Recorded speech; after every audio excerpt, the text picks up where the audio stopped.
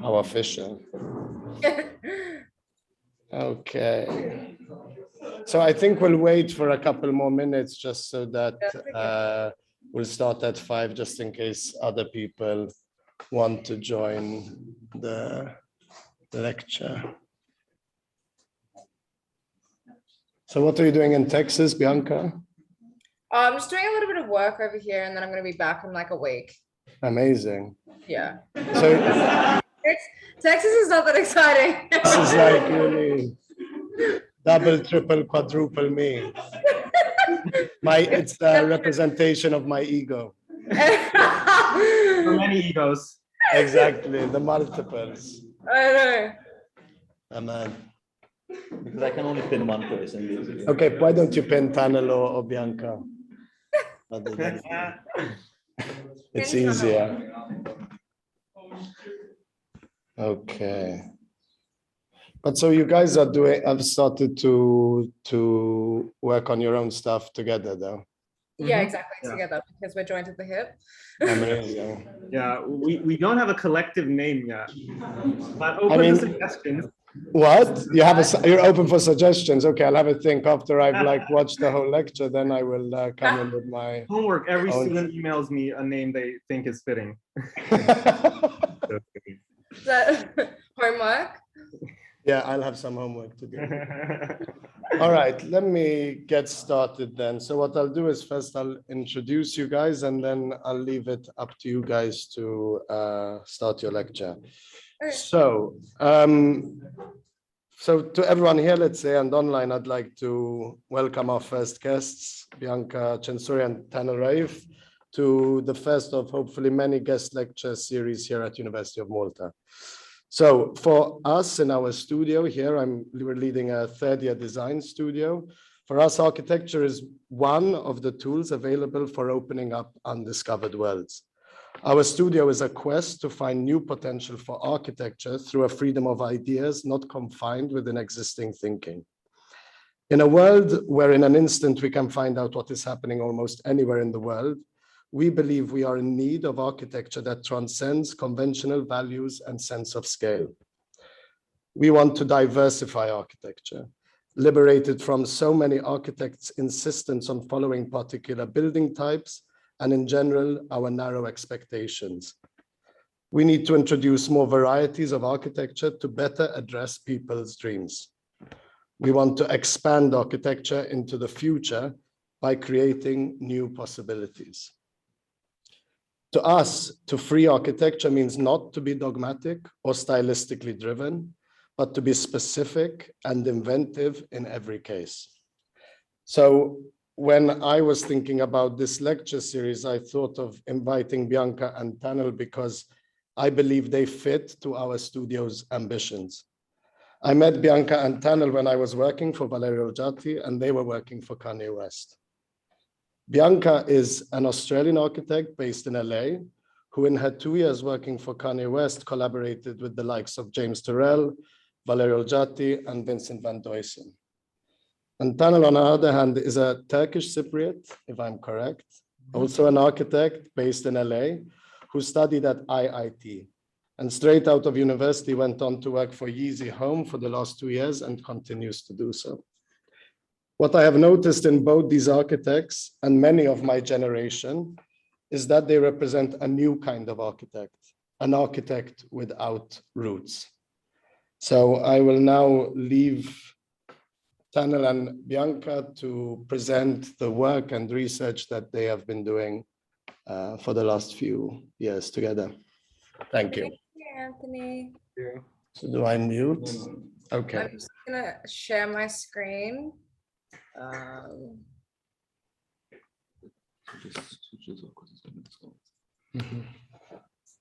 So we just wanted to thank Anthony. We're super excited to present and thank you for the university for having us. My name's Bianca. And I'm Tanil. And we're here to talk to you about primitive futurism. We wanted to prime you all first with this quote to think about while we're presenting our lecture to you. It's a quote by Alberto Cairo. "To eat a fruit is to know its meaning. We invite you to allow these words to linger in your mind as we present our ideology to you. As designers and architects, we are incessantly chasing the paradigm shift. We talk about it, we design it, we manifest it. But design in its essence will never be encapsulated by a single aesthetic movement. In its pure nature, we believe the paradigm shift lies in humanizing design. The ability to recognize what it is truly to be a human being living within a built environment, understanding the needs we have as a collective, and designing for that in the most simplistic and functional way. I think we can all agree, as architects and designers, we have a responsibility to deliver that agenda to the masses. Primitive futurism is not the magic pill, but it is an architectural language that we both feel addresses the complexities of modernity in an integral way. I know Anthony kind of did this well for us, but we're going to introduce ourselves and talk a little about our backgrounds. My name is Bianca Censori. I studied my undergrad and Masters of Architecture at the University of Melbourne in Australia. I then worked in a small firm in Australia for 3 years until I moved to the US and began working as a lead architect for Kanye West at Yeezy. And that's also where I met Tanil. At Yeezy, we were able to develop the Donda language and aesthetic with Kanye, which is informed both of our design aesthetics. My name is Tanil Raif. I'm from Cyprus, not too far from Malta. I moved to Chicago in 2015 to pursue architecture at the Illinois Institute of Technology. During my studies, I have worked at various Chicago-based firms, as well as Emre Aralat Architecture in Istanbul, Turkey. After graduation, I have joined Kanye's Yeezy team to develop his architectural language alongside Bianca. During the 2 years there, we had the pleasure of collaborating with many great minds such as Claudio Silverstein, Sana, James Terrell, and Valerio Olgiati, who focused on the master planning of the ranch. It is on this project where we had the chance to know and work with Anthony. Since working together, Tanil and I have come together creatively to focus on our own design endeavors as a partnership. And primitive futurism is the ethos behind our collective. So now that we've covered that, let's get into it. When we address primitive futurism, I think it's important to start with the future is never what we expect. We love referring to this image to truly capture how little we can actually project about the future. This drawing is called A Night at the Opera in the Year 2000 by Albert Robida. He drew this in 1882. I don't know why we all have this kind of obsession with flying cars, but this cartoon shows that our present minds typically find it really difficult to know exactly what the future holds or what it will look like. So when defining how we as a modern society will live in built space, it's imperative to acknowledge that we don't align futurism with any kind of futurist movement. Instead, we define futurism as the unknown, and we aim to address the present. And as you'll learn by the end of this lecture, the irony of primitive futurism is it actually is the application of the present, and therefore will continue to adapt to what social, economical, and political context dictates, while taking the innovative drive and the functionality of centuries of built form and amplifying it. As we mentioned before, every architectural or design movement endeavors to become the answer to modern life. We love to aesthetically package up the complexities of what it means to live within space. But why don't these movements stick? Modernism, deconstructionalism, futurism, postmodernism, they're all movements that inherently are future-based and therefore lack adaptability. They cycle in phases of popularity because they focus on what they believe the future will hold instead of adapting to the unknown and emphasizing past functional comforts. The desire to return to the primitive is not just seen in the design world. As a collective, you can see we are moving away from what we anticipated the future to be and returning to more simplistic applications of living holistically. This was amplified through the pandemic, where there has been somewhat of a generalized awakening, and people are returning to things like traditional medicines, hobbies, and pleasures to fulfill them within life. This interest is what we define as the primitive, whether in light of exotic or non-European works of art, the evocation of savagery and violence, or the reliance on vernacular solutions allows us to connect with the built environment.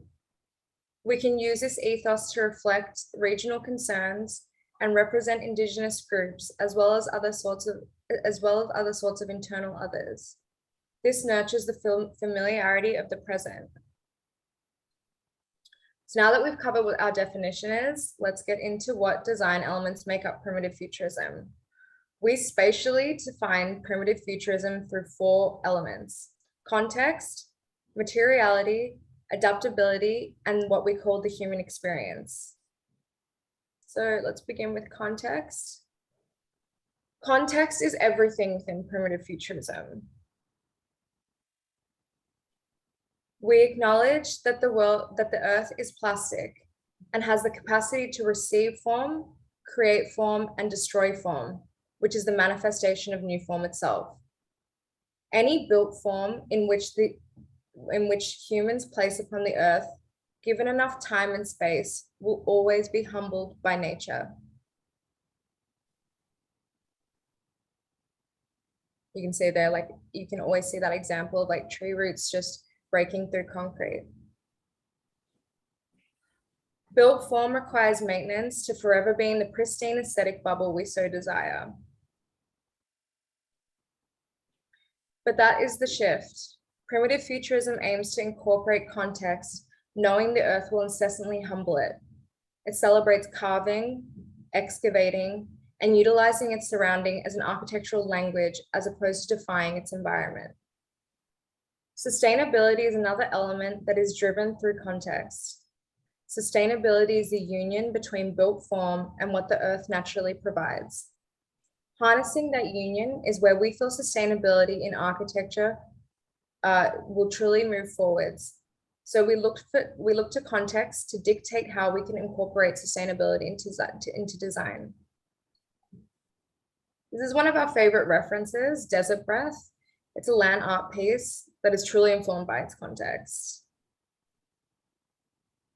In this image here, you can see how nature has humbled the original built form and the spatial quality has shifted based on its context. This is Trail House by Anne Holtrop. They studied the land and how people continue to walk on a specific pathway. This gently excavated a trail into the earth. They then nestled the built form on that path. This residence is so beautifully responds to the context of the earth in its built form and softly produces a built openness that invites nature in. Now to our second design element, materiality. Materiality in primitive futurism is driven by context. It is specified to curate the viewer's perception and relationship with the surrounding environment. Any material or application of that material should have a specific purpose in its integration. Materiality should always consider the 4 classical elements: fire, water, earth, and air. And those reference points allow the user to relate more deeply to the unity of built form and nature. Materiality in primitive futurism is not exclusionary of man-made materials, but encourages the utilization of existing elements or environmental factors to drive material choice. This is another example that we always really like to refer to. This is exemplified in Robert Smithson's Spiral Jetty, where material that was local to the site has been used to create a man-made form that mimics a natural occurrence. This is another example. This is the Truffle House, designed by Ensemble Studios.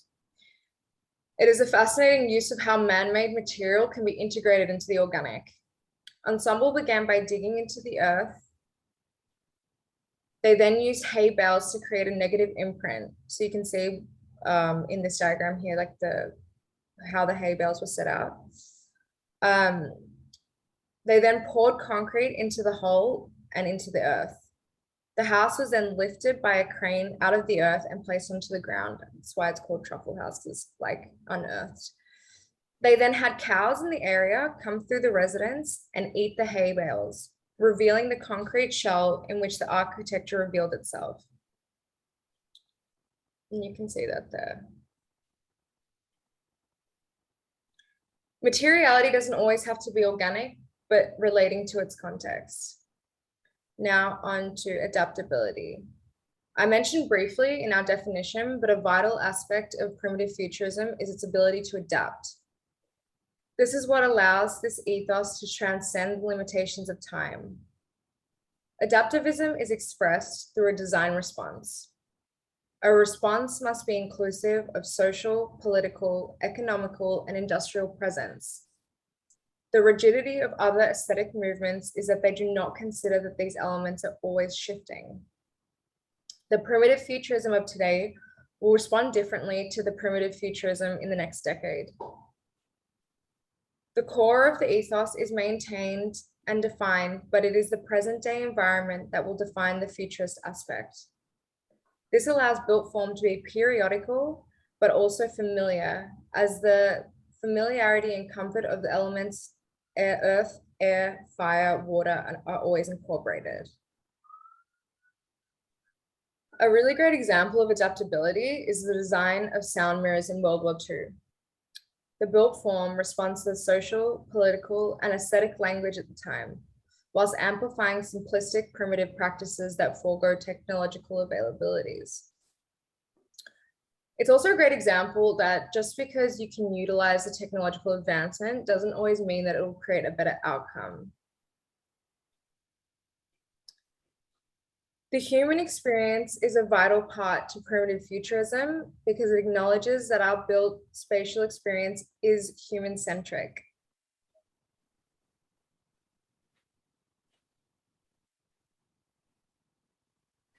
What does it really mean to be human? To be human is to experience. We experience through our five senses: taste, smell, touch, vision, and sound.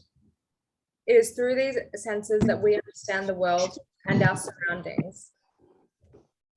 Architecture has the ability to oppress. It has the ability to regulate, and it has the ability to nurture. And this is all experienced through the human scale. And then what does it really mean to be modern? Modernism is restlessness. It is the acknowledgement of thought, that life is not linear, that technology has not always just been computers, but additives that aid to the human experience, sometimes for better or worse. Modernism, alike futurism, will always be veiled in the unknown. As humans, we like to manicure. We love to delineate. We love to build. We also like to experience.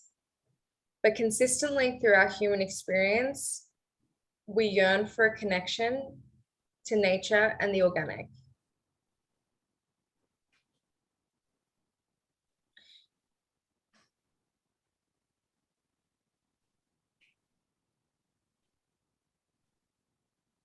The human experience is explored through primitive futurism in moments and details. These moments and details are sensory-based. They recognize scale. They acknowledge that they acknowledge what we yearn for and what brings us comfort. They celebrate taboos and explore pleasures.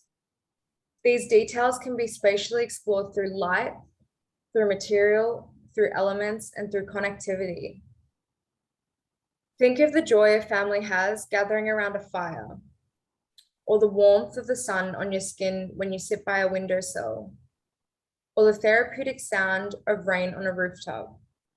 This is the human experience, and those moments make primitive futurism experiential. This is a project that we feel really encapsulates all of the elements of primitive futurism.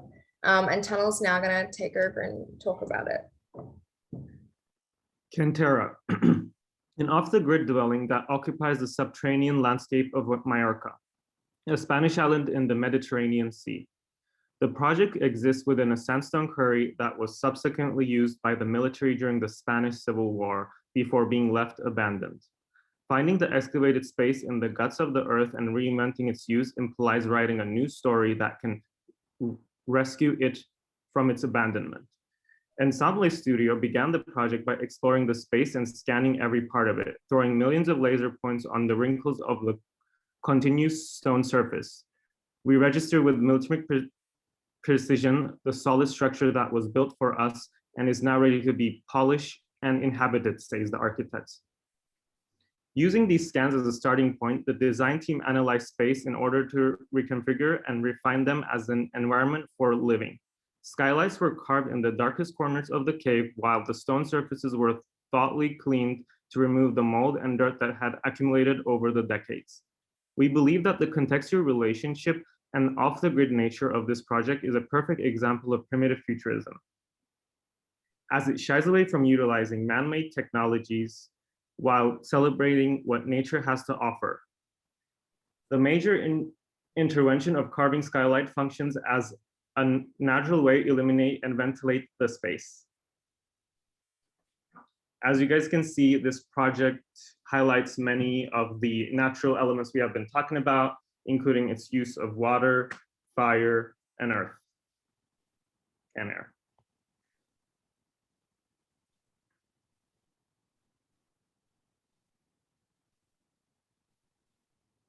The next project, Residence for Ye.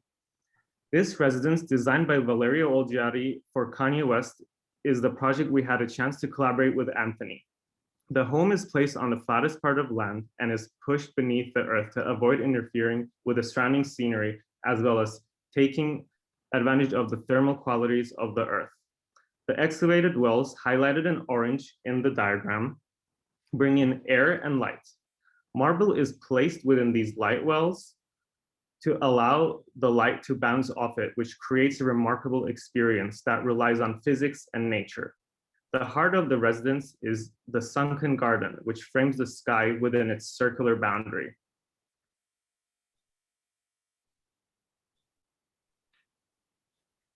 And then this is the Joshua Tree residence, designed by Bianca and I. The Joshua Tree residence, which is 2 hours outside of Los Angeles, is in a desert area and lacks amenities such as power grids. The lack of resources means that the 2-acre plot of land can be purchased for less than $20,000. This has created an opportunity to experiment with off-the-grid structures, and many tourists have been visiting the area to rent these homes. And for context, just 2 hours outside of this land is some of the most expensive properties in the United States. We envisioned a strong dialogue between man-made and nature by placing a singular roof that is held by rocks and boulders that imitates ones within its context. The large roof overhang allows for shade and shadow, as well as enough surface area to provide solar for the house. The rocks turn into functional elements as furniture. We reject conventional elements such as interior doors and walls and allow the rocks to define the space while breaking the perception of the orthogonal structure that lies within the rocks. Next slide. As you guys can see here, the rocks are kind of turning into furniture and other functional elements. And as you guys can see here, the rocks are what kind of allows the space to be defined. And so the human experience kind of loses the orthogonal nature of the true structure that hides beneath these rocks. So it is actually quite conventional structure that is within a 6 meter by 6 meter column grid. This is a project we have in Saudi Arabia. It is a project of a soundstage. So this project consists of 6 sound stages and a restaurant. We push all programmatic elements within the earth to take advantage of what nature has to offer, as well as respecting the scenery. The sunken garden has a large rock placed over it, which allows it to create its own microclimate by providing shade. The rock gives a perception that it was directly taken out of the surrounding excavation. The solar panels placed along the circumference of the project power the whole operation while allowing humans to experience it in its art of its own. As you guys can see, this is the rock that is placed right above the garden, and every other wall is angled towards the rock, which suggests a relationship with gravity and this pull towards this sunken garden that we want to attract people to. You guys can see the sunken garden, and there's a restaurant area incorporated within this. If you guys look to the left of the image, you guys can see sunken seating elements within this garden, and the rock provides shade and shadow. This is a set concept that we have worked on. This set concept incorporates all the natural elements with recurring themes such as the oculus. We use light, we use water, we treat stone as earth, and we allow air to freely come into the space. This is Sunday service by Kanye. This is Kanye's Sunday service. This is an example of a singular gesture that is very effective. The skylights bring in natural light to create a profound experience.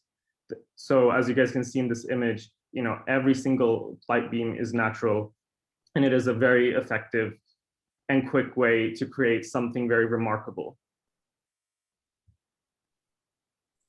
I just wanted to add to that primitive futurism can also just be a singular gesture, which is really what is kind of shown here. This is another Sunday service set that we worked on in Atlanta. Here we push the stage beneath the water. The architecture is hidden, so it amplifies nature. The walking on water is a direct biblical reference and a metaphor.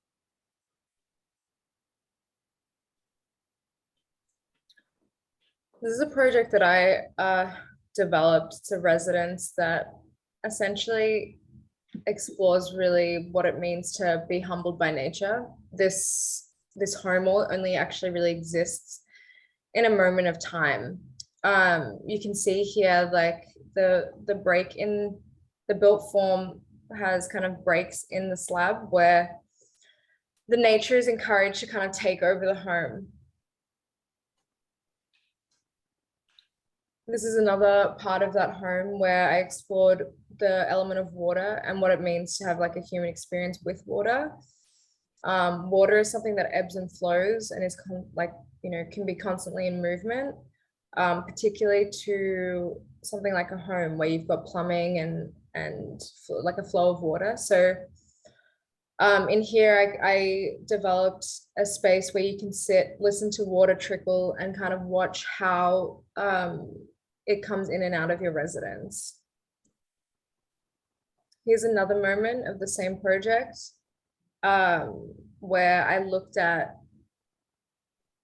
the other idea of water and how we invite the inside out into a home. So here you can see the slab is again broken to invite plumbing and in this case, a tap. And then the ground plane is then not closed up again. It's left open to allow for nature to humble that. This is a storefront in Venice, California, not the one in Italy. The brief for this project by our clients was to create an experimental pop-up experience. We wanted to create a peculiar object that attracts people and introduces organic form in a part of the urban fabric that nature is very much lacking. We reject the use of glass and allow the pop-up to be fully open experience as the weather and the context allows it. We do this through recurring themes such as oculus.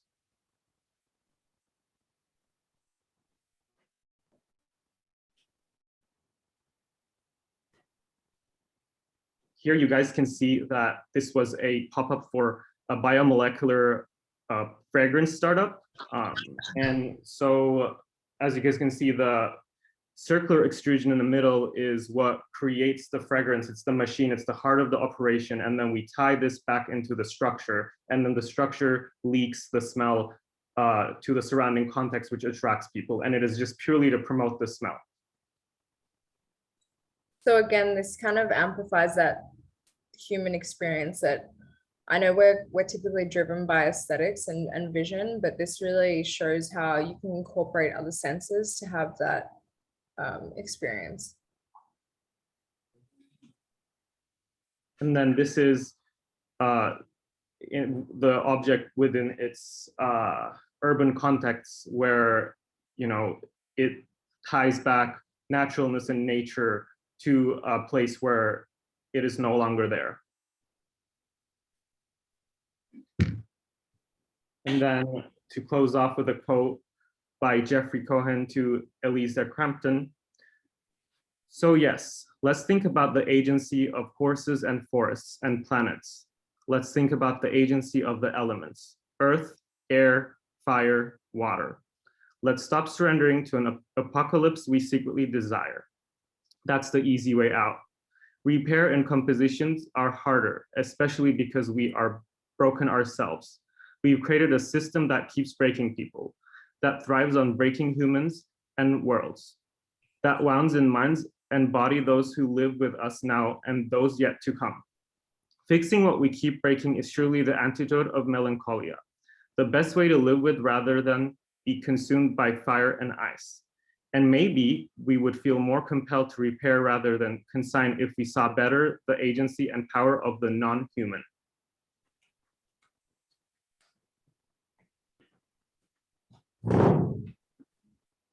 That's it. I'm just going to just one.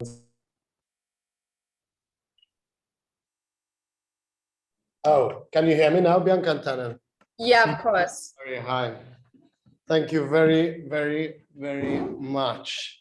A much needed provocation in from our island to go big. I mean, I would like to maybe, if you have a few moments, maybe I would open up. Absolutely.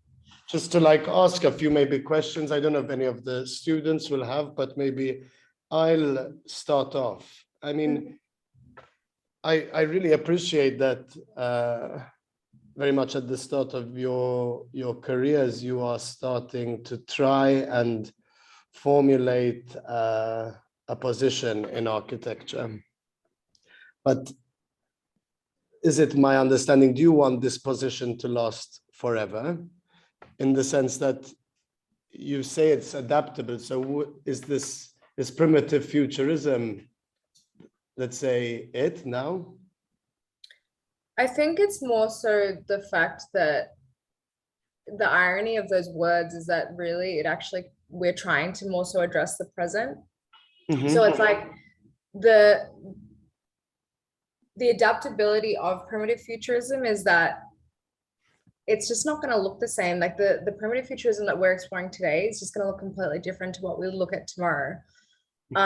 So I think it's that more so the ideology that we want to focus on as opposed to like aesthetic language.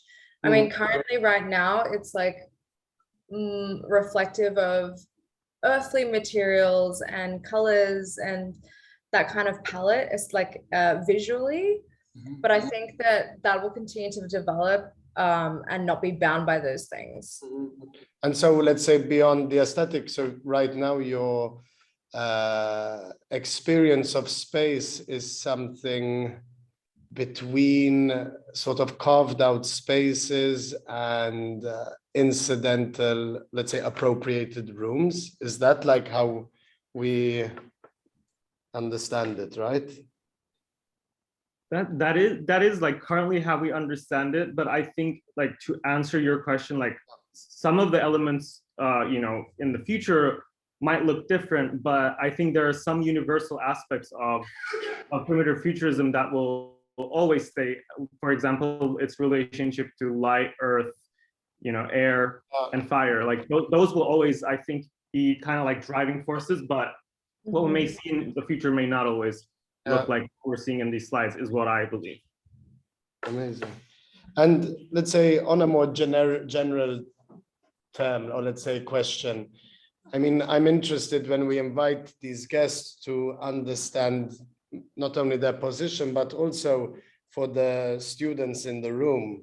I mean, how do you understand the role of an architect today? I think we have a responsibility and this is kind of what we continue to go back to recognize that what dominates a space is a human. So really recognizing, and like, this is something I kind of always push as well. There's a lot of taboos about being human.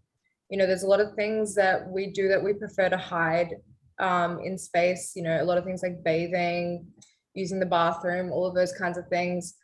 There's a lot of things that people do in space that isn't talked about. I mean, I can imagine how many of us, you know, pace our bedrooms or things like that. And I think it's recognizing those things and actually bringing them to light and celebrating them is something that we as architects kind of have the responsibility to do. Mm-hmm. Amazing.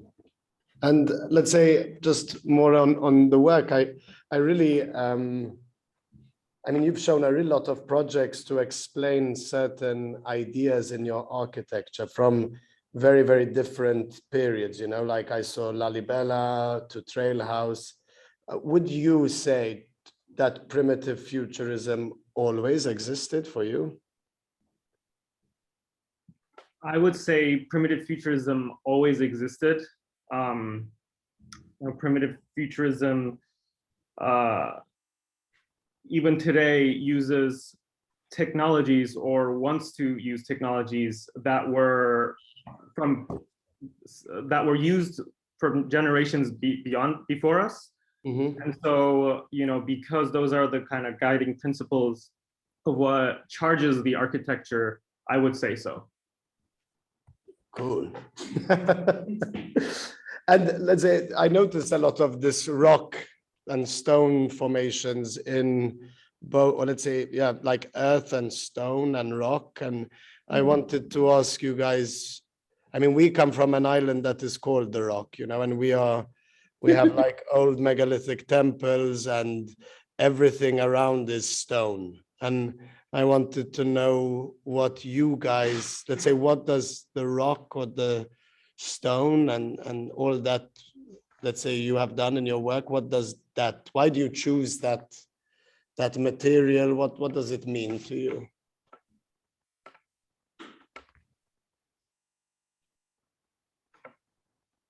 Tanil, do you want to? Yeah, I can start. I mean, I think earth and, you know, the rock or the earth is just like an element that really like humbles us and connects us to like our core as like living beings. I mean, it is what like life comes out of.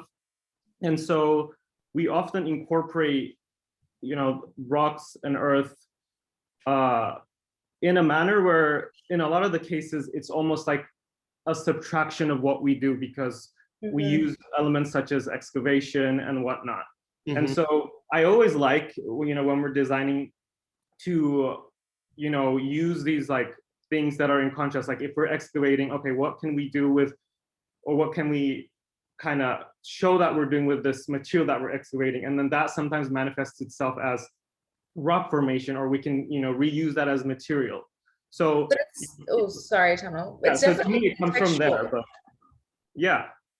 It's definitely contextual. Like for instance, in the Joshua Tree project, if you go to Joshua Tree, the two things that you'll see are Joshua trees and boulders. So the ideology behind that was really like taking context and integrating like this man-made built form, which there's a lot of times, you know, architects will try and emulate nature in a really crass kind of way that feels somewhat unnerving. Like if you go into any kind of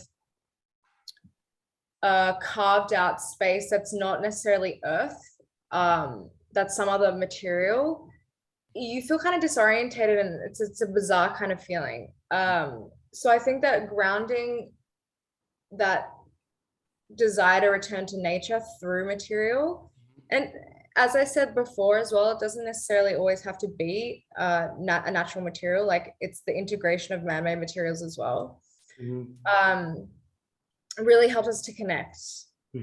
So let's say your understanding is that in today's world, primitive futurism asks man to be more connected to the earth.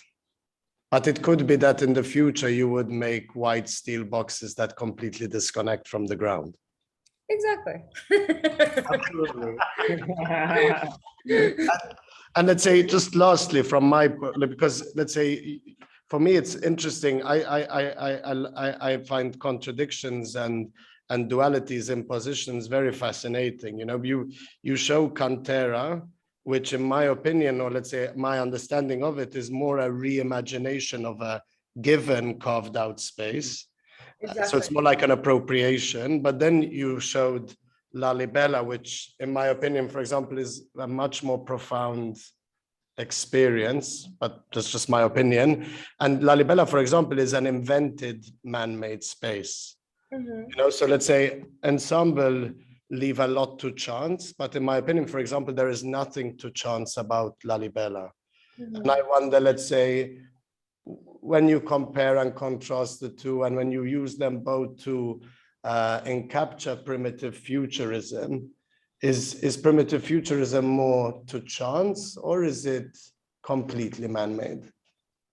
Well, this is the thing that I kind of was talking about the start. There's like such an irony to primitive futurism, like even in the title, because it's essentially when you're given a space, what you can kind of create out of it, whether you are like take opportunity and then you're more opportunistic to a space, like Cantera is definitely an exercise in that, or whether you have a blank slate, like for instance, our Saudi project where we just really emulated something that feels organic but is completely man-made. Cool. I mean, I just wonder if any of the students here, we have like, I'm sorry you can't see them, or they're very tired because we had intermediate critiques this morning, so they're really going through it.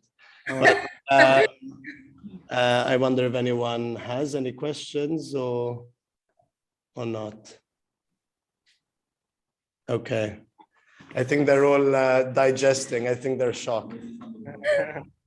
I mean, if anyone online has a question that they would like to ask Tanil and Bianca, maybe they can raise their hand now and I would open up the floor. Although, okay, we have one. So hi, thank you for your presentation. I was just wondering, what do you guys think is the realistic future application of primitive futurism? Like, how can it develop to adapt to different climates around the world?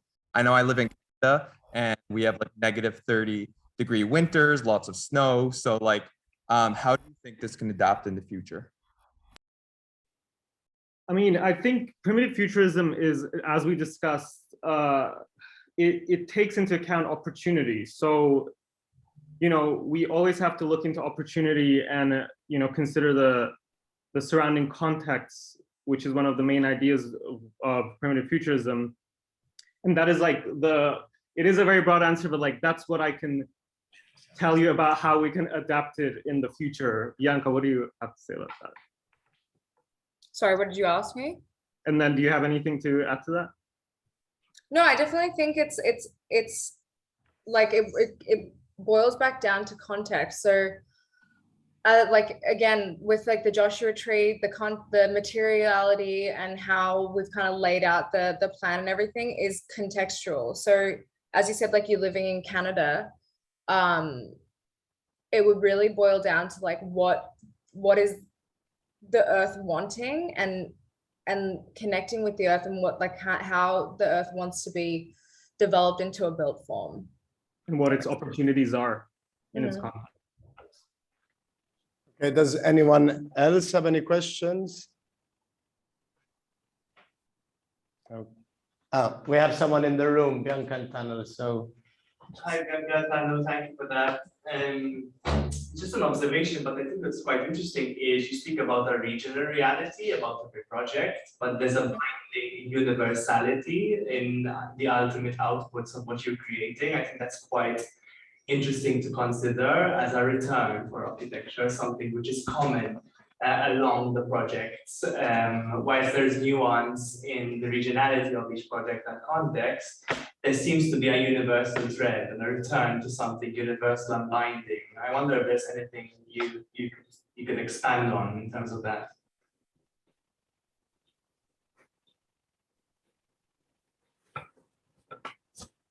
It was like a little bit hard to hear. Yeah, it was a bit rough. Maybe you should come here, and sorry, because there's a mic in the room.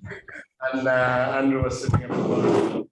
Hi, thanks for that. Just a quick observation is that many of your projects, you speak about the context and the regionality of it, but what was quite striking is a return to something quite universal, right? There's a universality in the projects which you have defined, which is it's quite exciting. It's a return for architecture. So there's that duality of context-driven things in different places of the world, but ultimately a universal ethos and aesthetic also. Is there any expansion maybe on that point from your end?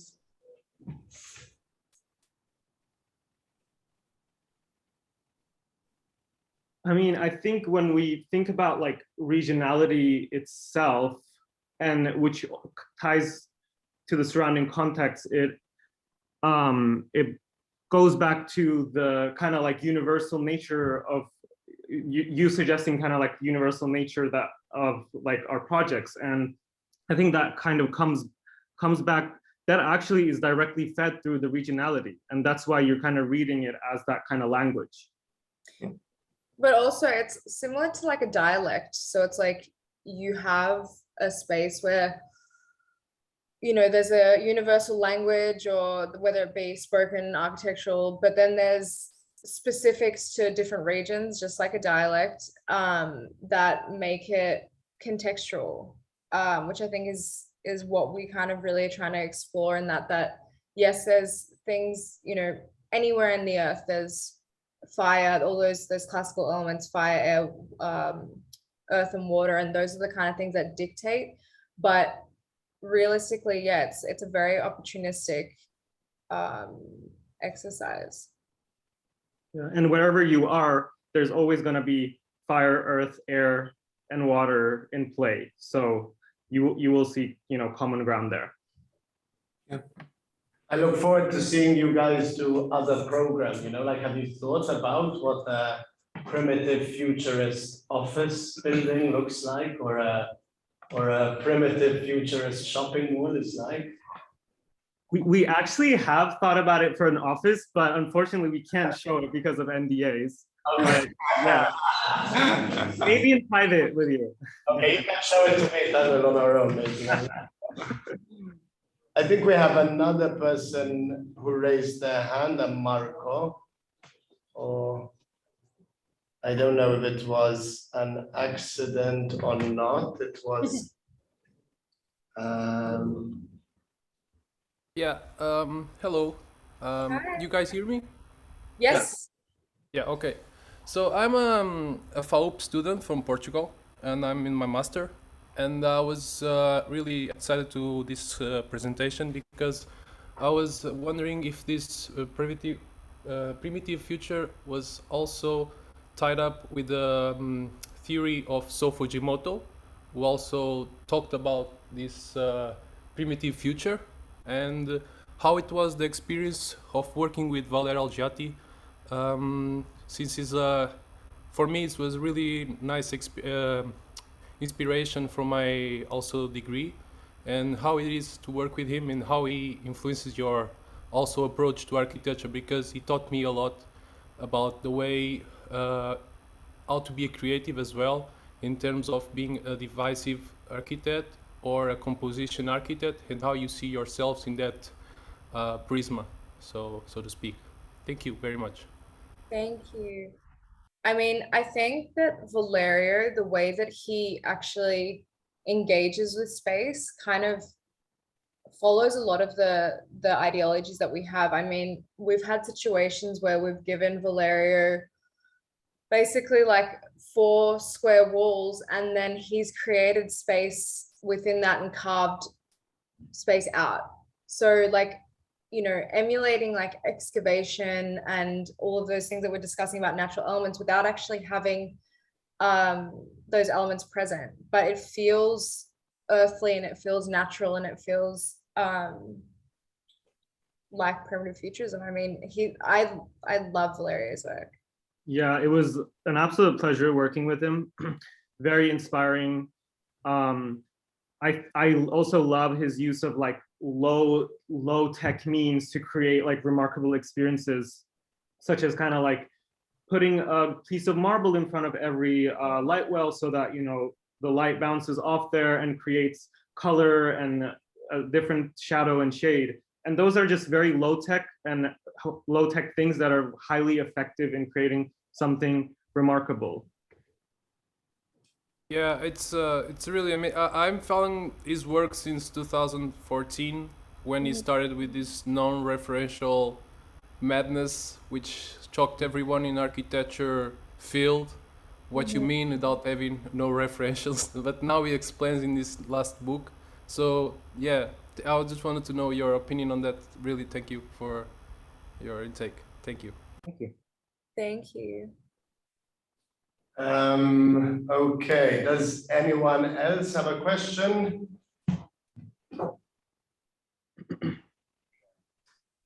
I think we can wrap it up. Oh, we have one more, Curtis.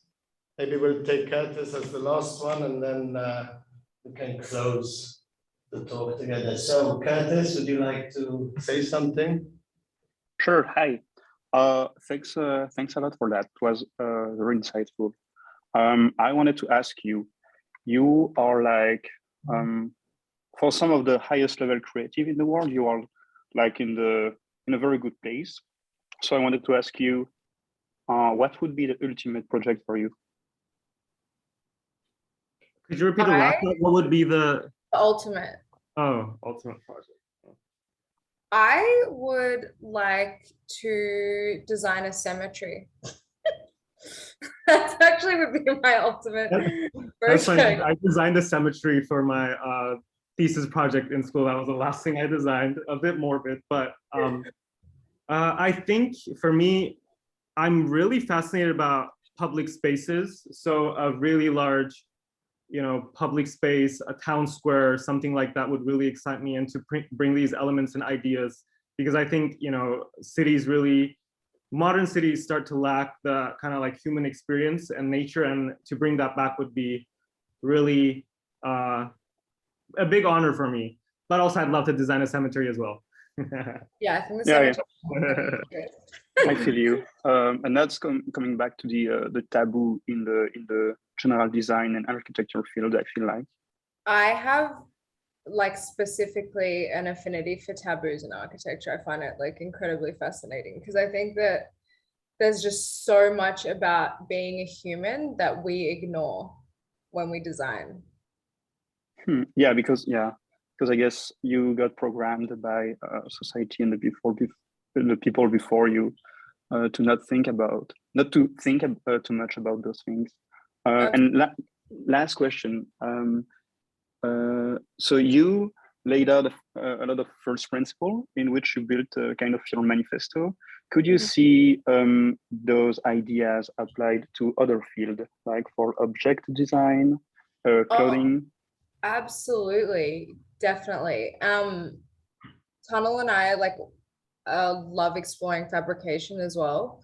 It's something that I didn't necessarily add into the lecture because I kind of wanted to keep it architecturally driven, but furniture and other things, like other objects, as well as like we worked on a project once where we were looking at cave systems and how we could incorporate walls in the homes to actually encapsulate objects. So yeah, I mean, that kind of ideology translates for us specifically through a lot of the things that we do. Because we all know that like you're not always just just designing buildings. I mean, as architects and designers, I think we translate whatever kind of thing that we do across all of our aesthetic or design ideals. Yeah, like a multi-layer communication. Okay, exactly. Thank you. That was nice. Thank you. Just to it's a semantic question, but when you say taboos, do you mean like conventions, right? I mean, I think that there's like, how would you define a convention? Because I think that there's a lot of things that humans do where we essentially like draw a datum line. on what we'll discuss in design and what we won't, and what we will consider for design and what we won't. Like even just the slightest thing, like on a really light note, like for instance, when you're sitting on a piece of furniture, like typically you could be embracing another person on that piece of furniture, but it's not necessarily ever designed for that. It's just somewhat like something that comes secondary to the function of an element. Okay, no, because I thought it was more based around, for example, in your Joshua Tree house, that there was not a significant discrepancy in, let's say, there was no specific delineation between, let's say, the bathroom, the bedroom, the kitchen, and the living room, besides maybe a piece of furniture. But actually, you could have rearranged that entire plan however you wanted. I thought it was more breaking down conventions as to how one may live or work or visit a museum. I thought that was more the taboo. I mean, I think it can hint to that as well. Like, if you categorize breaking conventions as a taboo, sure. And you know, I think that is quite what we were trying to do with the Joshua Tree project. And you know, it avoids, you know, interior walls, it avoids interior doors, you know, and you know, people do taboo, you know, not the bathroom not having a door, but you know, maybe Absolutely. you know, it's an open plan, it's a single family unit, why not? Well, that's great. Thank you for your provocations, for your research, and for allowing the time to explain and start to elaborate on your position. I'm totally excited by what you've shown, and I mean it sincerely. I really look forward to seeing a primitive futurist office, shopping mall, gallery. I'm also super curious to see how you execute these big stones. You know, are they natural or are they man-made? And I find that contradiction or duality very exciting.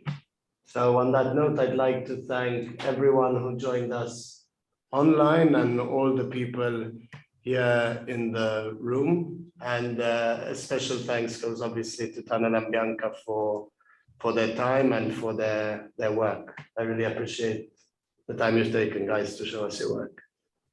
And for all asking, I think we will post, we'll figure out between Tanil, Bianca, and myself how best to share this lecture going forward. Because we know we got a lot of requests to see this work and see this lecture. Okay, thank you very much, guys. Thank you. Thank Ciao, you. ciao, guys. We'll speak Thanks soon. so much, Thank you very Anthony. much. Thank you. Bye. Bye. Ciao.